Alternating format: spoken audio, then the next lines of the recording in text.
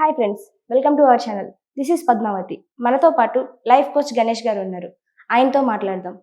నమస్తే సార్. నమస్తే అమ్మా. సార్, ప్రెజెంట్ జనరేషన్లో ప్రతి ఒక్కరు కూడా వాళ్ళ రిలేషన్స్ని ఎక్కువగా పెంచుకోలేకపోతున్నారు. ఐ మీన్ మనం రోజువారీలో ఎక్కువగా మన నిత్య జీవితంలో ఎక్కువగా ప్రయాణిస్తూ ఉంటాం. ఎంతోమంది మనకి తారసపడుతూ ఉంటారు రోడ్డును పోయేటప్పుడు అక్కడ ఇక్కడ. సో మనకి ఎట్లా అంటే ఎవరితోని సరిగ్గా మాట్లాడలేకపోవడం, వాళ్ళతో రిలేషన్ అనేది పెంచుకోలేకపోవడం, ఇలాంటి సమస్యలు ఎక్కువగా ఉంటున్నాయి. సో ఈ సమస్యను పరిష్కరించుకొని రిలేషన్స్ అనేవి పెంచుకొని బంధాలను కొనసాగించుకోవడం కోసం ఏమైనా సలహాలు ఉంటే చెప్పండి సార్. సో ప్రతి ఒక్కరికి కొంచెం మంచిగా ఉపయోగపడే సలహాలు ఏమైనా ఉంటే కొంచెం చెప్పండి సార్. ఒక విషయం చెప్తాను దీని గురించి చెప్పే ముందు. ఆ మధ్య నేను ఒక హాస్పిటల్కి వెళ్ళాను.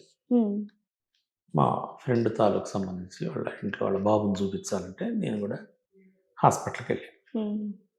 ఆ హాస్పిటల్లో వెయిటింగ్ రూమ్ ఉంటుంది కదా, అక్కడ చాలామంది పేషెంట్స్ ఎదురు చూస్తున్నారు. ఒక డజన్ మంది 10-12 మంది ఎదురు చూస్తున్నారు. డాక్టర్ గారు ఒక్కొక్కళ్ళతో మాట్లాడుతున్నారు. 10 నిమిషాలు 15 నిమిషాలు మాట్లాడుతున్నాడు. ఇంకా వస్తున్నారు పేషెంట్స్. గంట అయిపోయింది. అప్పటికే కొందరు వచ్చి గంటన్నర అయింది. ఓపిక నశించింది. వాతావరణం అంతా కూడా ఇంకెప్పుడు అవుతుందా అనేటువంటి ఒక విసుగుతో అందరూ కూడా ఇదిగా ఉన్నారు. అదే సందర్భంలో ఒక పాపని, చిన్న పాపని, పసిపాపని తీసుకొని, కొద్ది నెలల పాపని, ఒక ఆమె వచ్చింది. వచ్చి డాక్టర్ గారికి చూపిద్దామని చెప్పేసి అప్పుడు పేషెంట్ తీసుకొని వచ్చాను. వచ్చినప్పుడు మామూలుగా కూర్చొని ఆ పాప సంబంధించినటువంటి కాసేపు పాలు తాగింది. ఇంత ముందాక విసుగుతో అటు ఇటు తిరుగుతున్నటువంటి వ్యక్తి ఎవరైతే ఉన్నారో అతను అట్లా డోర్ దాకా వెళ్ళి వెనక్కి వస్తున్నాడు. వస్తుండగానే ఆ పాప అతను చూసి నవ్వింది.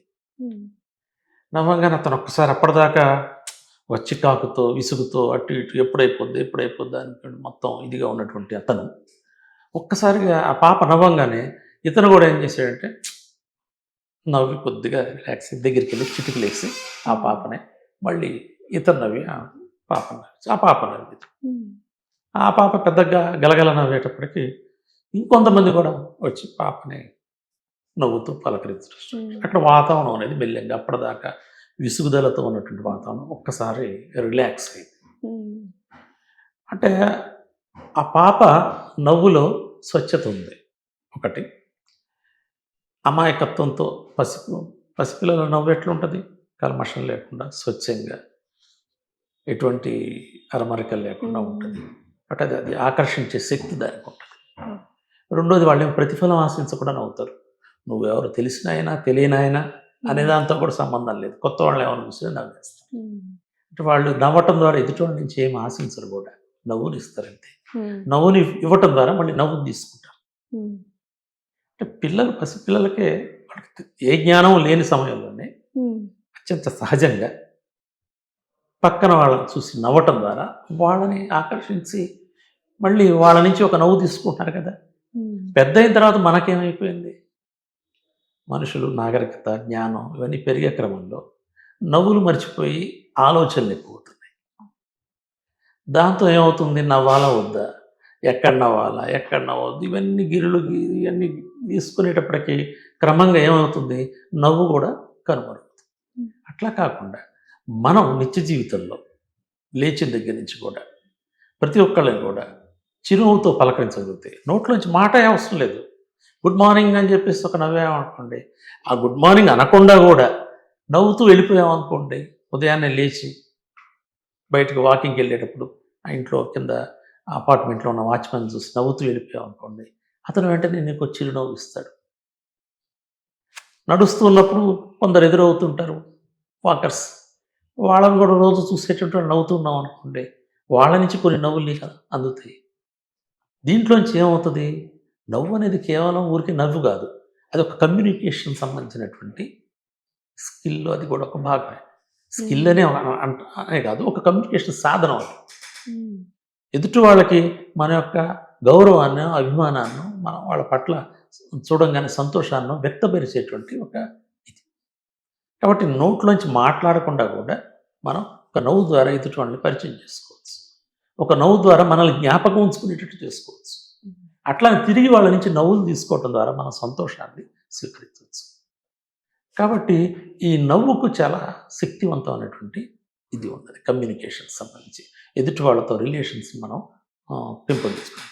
ఆఫీసులో పనిచేసేటువంటి ఒక వాతావరణంలో ఒక 10 మంది 12 మంది పనిచేస్తుంటారు. బాస్ ఉంటాడు, మేనేజర్ ఉంటాడు. ఆ మేనేజర్ ఎప్పుడు చిటపట్లాడుతూ ఉన్నాడు అనుకోండి, అతనికి భయంగా భయపడుతూనే అంతా కూడా లేవగానే గుడ్ మార్నింగ్ సార్ అంటారు, పని చేస్తున్నట్టుగా అంతా నటిస్తారు.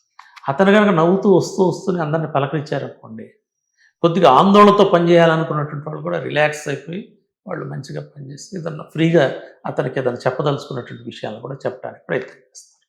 ఒక టీచరు విద్యార్థులతో వ్యవహరించేటప్పుడు ఎప్పుడు కూడా కోపంతో చిటపట్లాడుతూ మొహాన పేలాలు వేయించుకున్నట్లుగా ఉండి కోపతాపాలతో చెప్తున్నాడు అనుకోండి, చెప్పేటువంటి విషయం అనేటువంటిది ఎంత శక్తివంతంగా చెప్పినప్పటికి కూడా అతను అట్లనే చెప్పే నాలెడ్జ్ అతనికి ఎంత ఉన్నప్పుడు కూడా, అతను చెప్పడానికి సంబంధించి సబ్జెక్ట్ ఎంత ఉన్నప్పుడు కూడా దాన్ని స్వీకరించేటువంటి సమయంలో ఈ కోపం అనేటువంటిది మధ్యలో అడ్డుపడి తగినంత విద్యార్థులకి ఎక్కడానికి అది తోడ్పడుతుంది.